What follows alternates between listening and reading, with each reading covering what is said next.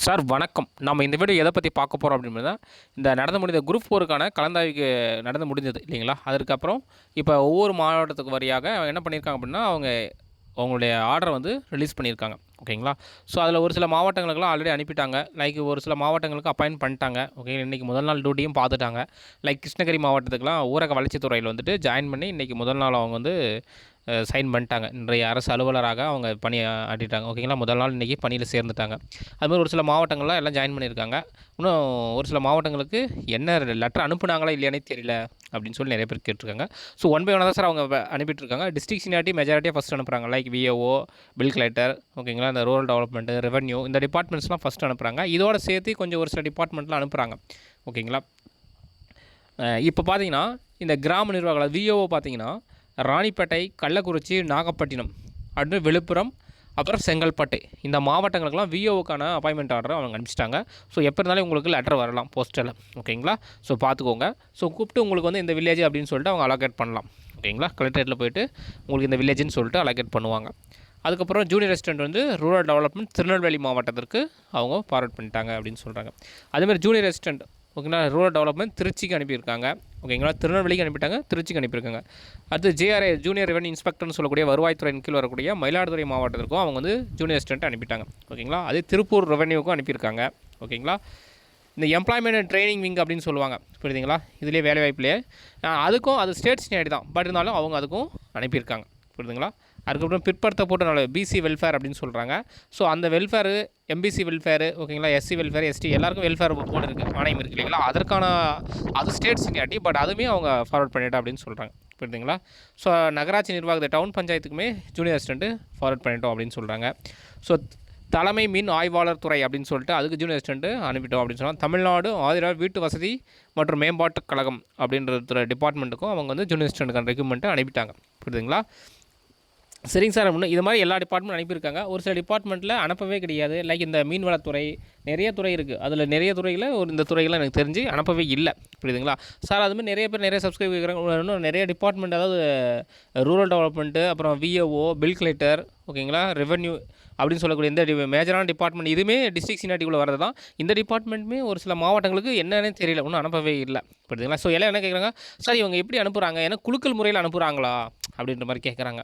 ஓகேங்களா? இல்லை, அந்த சந்தேகம் இருக்க தான் செய்யும் எல்லாருக்கும். ஏன்னா இப்போ நான் வந்துட்டு பார்த்தீங்கன்னா சார், நான் ஃபஸ்ட் நாளே போய் எடுத்தேன், ஆனால் எனக்கு ஒன்றுமே வரல. என் ஃப்ரெண்டு வந்து 4th டே இல்லை 2nd டேலாம் சார் போய் அந்த கிருஷ்ணகிரி மாவட்டத்தில் எடுத்தார், ஆனால் அவருக்கு போட்டுருவாங்க அப்படின்லாம் சொல்லி கேட்குறாங்க. புரியுதுங்களா? ஸோ இந்த ஃபஸ்ட் டே 2nd டே அப்படிலாம் கிடையாது சார். நீங்கள் ஒரு அன்றைக்கி போனீங்க, அந்த டேட்டில் எடுத்துட்டீங்க, அவ்வளோதான். ஃபஸ்ட் டே வந்தவங்களுக்கு ஃபஸ்ட் நம்ம கூப்பிடணும் அப்படின்லாம் கிடையாது. நீங்கள் எந்த மாவட்டம் சேர்ந்தீங்களோ, எந்த மாவட்டம் எடுத்தீங்களோ அது மாதிரி. இப்போ கடைசி நாள் போய் கூட ஒருத்தர் கிருஷ்ணகிரி எடுத்துருக்காருன்னா, அவர் இன்றைக்கி ரூரல் டெவலப்மெண்ட் எடுத்தாருன்னா அவருக்கு ஜாயின் பண்ணிட்டாங்க. புரியுதுங்களா? ஸோ அந்த டிஸ்ட்ரிக்ட்டில் அவங்க டிஎன்பிசி அனுப்புகிற ஃபார்மெட் அவங்களோட வேகம் தான். ஓகேங்களா? அவங்க அந்த லெட்டர் அனுப்பியிருந்தாங்கன்னா டக்குனா இவங்க மூவ் பண்ணிவிடுவாங்க. புரியுதுங்களா? ஸோ அதனால் கிருஷ்ணகிரி மாவட்டத்தில் அந்த மாதிரி பண்ணிட்டாங்க. ஸோ இந்த மார்க் எங்கள் ஃபஸ்ட் டே 2nd டேலாம் எதுவும் கிடையாது. ஓகேங்களா? ஸோ அதனால் ஒன் பை ஒன்னாக தான் அனுப்புவாங்க. இங்கே குலுக்கல் முறையான்னு கேட்குற கேள்வி நியாயமானதா? ஏன்னா எல்லாருமே எக்ஸ்பெக்ட் பண்ணும்போது அவங்கவுங்க மாவட்டம் எதிர்பார்த்து வெயிட் பண்ணிருப்பீங்க, இப்போ வருமா வராதா அப்படின்னு சொல்லிட்டு. ஸோ அதனால் தேர்வர்கள் கேட்குறீங்க, உண்மைதான். ஆனால் குலுக்கல் முறையெல்லாம் கிடையாது சார். இவங்க ஒன் பை ஒன்னாக ஃபார்வர்ட் பண்ணிட்டு வராங்க. ஸோ எனக்கு தெரிஞ்சு மார்ச் 2nd வீக்குள்ளே எல்லா டிபார்ட்மெண்ட்டும் மேக்ஸிமம் அனுப்பிடுறதுக்கு வாய்ப்புகள் அதிகம். ஓகேங்களா? ஸோ டிஎன்பி சைடுலேருந்து 2nd வீக்குள்ளே அனுப்பிடுவாங்க. டிஎன்பி சைடுலேருந்து போயிட்டாலுமே அதுக்கப்புறம் அவங்க என்ன பண்ணுவாங்கன்னு தெரியல, அது கொஞ்சம் டிலே ஆகும். அது அதான் இன்டர்ஸ்டேட் கவுன்சில் மாதிரி ஒரு சில டிபார்ட்மெண்ட்டுக்குலாம், ஸ்டேட் சீனியாரிட்டி போஸ்ட்டில் ஒரு சில டிபார்ட்மெண்ட்லாம் இன்டர்ஸ்டேட் கவுன்சில் மாதிரி ஒன்று கண்டக்ட் பண்ணி அதுலேருந்து யார் யாருக்கு எந்தெந்த டிஸ்ட்ரிக்ட் வில்லிங் அப்படின்ற மாதிரி சப்மிட் பண்ணலாம். இல்லை அப்படின்னா ஒரு சில போஸ்ட்டுகள் என்ன பண்ணுறாங்கன்னா, இந்த மாவட்டத்தில் ஸோ இவங்களுக்கு கொஞ்சம் நியர்பையாக நம்ம போடலாம் அப்படின்னு சொல்லிட்டு அவங்க அலோகேட் பண்ணி கொடுத்துடலாம். ஓகேங்களா? ஸோ இப்போ இந்த தடவியல் துறைக்கெலாம் பார்த்தீங்கன்னா மேக்ஸிமம் எனக்கு தெரிஞ்சு அந்த நியர்பை டிஸ்ட்ரிக்டில் இருக்கிறவங்களுக்கு பார்த்து அது எந்த இடத்துல வேக்கன்ட் இருக்கோ அதுக்கு தகுந்த மாதிரி அவங்களே அலோகேட் பண்ணி டேரெக்டாகவே ஜாயின் பண்ணிடுங்க நீங்கள் அப்படின்னு சொல்லிட்டு அந்தந்த சூப்பர்டென்ட் அந்தந்த எந்தெந்த மாவட்டத்துக்குமோ அந்தந்த மாவட்டத்தில் டிபார்ட்மெண்ட்டில் சூப்பர்டென்ட் இருப்பார் இல்லையா, அவர்கிட்ட நீங்கள் ஒரிஜினல் சிவிலாம் காட்டி எல்லாம் பண்ணிட்டு நீங்கள் ஜாயின் பண்ணிடுங்க அப்படின்ற மாதிரிலாம் லெட்டர் ஃபார்வர்ட் பண்ணியிருக்காங்க. புரியுதுங்களா? ஸோ அப்படி நடக்கும். ஒரு சில டிபார்ட்மெண்ட்டில் இன்டர்ஸ்டேட் கவுன்சில் மாதிரி வைக்குவாங்க. ஓகேங்களா? ஸோ அதனால் எனக்கு தெரிஞ்சு மார்ச் 2nd வீக்குள்ளே கம்பல்சரி எல்லாருக்கும் ஃபார்வர்ட் ஆகிடும் சார். ஓகேங்களா? ஸோ ஒன் பை ஒன்னாக தான் அவங்களும் ப்ராசஸ் பண்ணிட்டுருக்காங்க. ஏன்னா கொஞ்சம் இங்கே டைப்பிங் கவுன்சிலிங்கும் சார்ட் அண்ட் கவுன்சிலிங் அடுத்து வரப்போகுது. ஓகேங்களா? இதையும் அவங்க பார்க்கணும். அதே வேளையில் இதையும் கொஞ்சம் பார்க்குறதுனால 2 வேலையும் பார்க்குறதுனால அவங்க கொஞ்சம் காலதாமதம் ஏற்படுது. ஓகேங்களா? ஏன்னா டிஎன்பிஎஸ்சி சைடும் நம்ம யோசிக்கணும். ஸோ அவங்க ஒரு பக்கம் இந்த ரெக்ரூட்மெண்ட், அதுக்கப்புறம் டிபார்ட்மெண்ட் எக்ஸாம் ரிசல்ட் பப்ளிஷ் பண்ணுறது, அதை கண்டக்ட் பண்ணுறது ஒரு பக்கம் பண்ணிகிட்ருக்காங்க. ஸோ எல்லாமே பண்ணுறதுனால கொஞ்சம் டிலே ஆகுது. ஓகேங்களா? ஸோ அதேமாதிரி நிறைய பேர் ஃபாரஸ்ட் கார்டுக்கு எப்போ சார் இருக்கும், ஃபாரஸ்ட் டிபார்ட்மெண்ட் எப்போ சார் ஃபிசிக்கல் நடக்கும் அப்படின்லாம் கேட்டிருந்தீங்க. சார் டைஃபிஸ்ட் முடிஞ்சு சார்ட் அண்ட் கவுன்சிலிங் முடிஞ்சிட்டுக்கு அப்புறம் தான் ஃபாரஸ்ட்டுக்கான கவுன்சிலிங் இது அந்த கலந்தாய்வே நடைபெறும்.